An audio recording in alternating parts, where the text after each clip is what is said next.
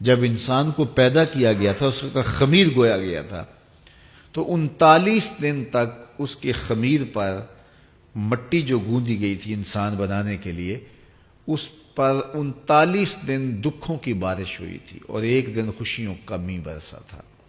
تو انسان کی زندگی میں خوشیاں اور غم اس تناسب سے ہیں۔ لَقَدْ خَلَقْنَا الْإِنسَانَ فِي قَبْضٍ، انسان کی زندگی مشقتوں کا مجموعہ ہے، حالات کی تلخیوں کے سے مقابلہ کرنا پڑتا ہے، لیکن حالات مشکل ہو جائیں تو ان سے نکلنے کا راستہ کیا ہے؟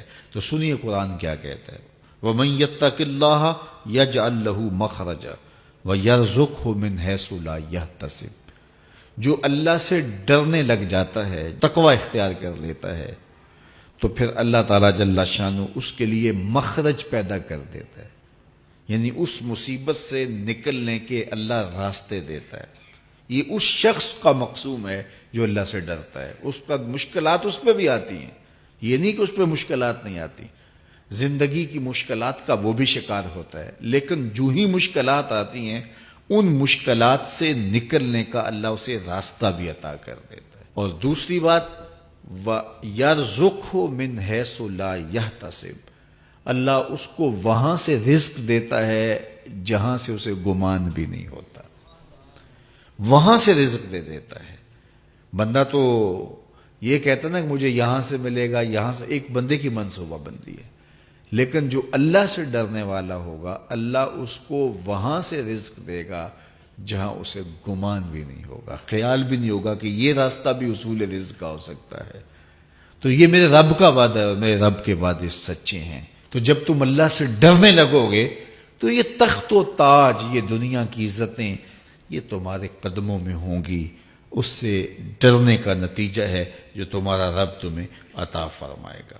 حضرت عمر رضی اللہ تعالیٰ عنہ کی خدمت میں ایک شخص آیا، اس نے کہا میرے ہاں اولاد نہیں ہے، تو آپ نے کہا استغفار پڑھا کرو۔ ایک دوسرا شخص آیا کہ صاحب بارشیں نہیں ہوتی، فرمایا استغفار پڑھا کرو۔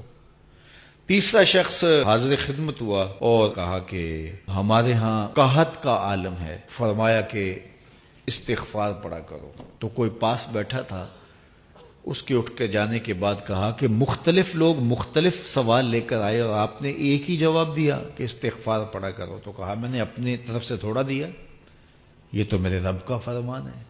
کہا وہ کیسے؟ کہا سورہ نوح پڑھو، فَقُلْتُ اسْتَغْفِرُوا رَبَّكُمْ۔ حضرت نوح علیہ السلام نے اپنی قوم سے کہا کہ اپنے رب کے حضور استغفار کیا کرو، اِنَّهُ كَانَ غَفَّارًا۔ اس کا نتیجہ کیا ہے؟ جب تم استغفار کرو گے تو وہ تمہارے گناہ بخش دے گا۔ ایک تو فائدہ اس کا یہ ہوگا، وَيُرْسِلِ السَّمَاءَ عَلَيْكُمْ مِدْرَارًا، آسمان سے موسلادھار بارشیں بھی برسیں گی، وَيُمْدِدْكُمْ بِأَمْوَالٍ وَبَنِينَ، اور اللہ تمہیں استغفار کی برکت سے مالا مال بھی کر دے گا، وَبَنِينَ، اور تمہیں بیٹے بھی عطا کرے گا، وَيَجْعَل لَّكُمْ جَنَّاتٍ وَيَجْعَل لَّكُمْ أَنْهَارًا، تمہیں باغ بھی عطا کرے گا اور تمہیں چلتی ہوئی نہریں بھی عطا فرمائے گا۔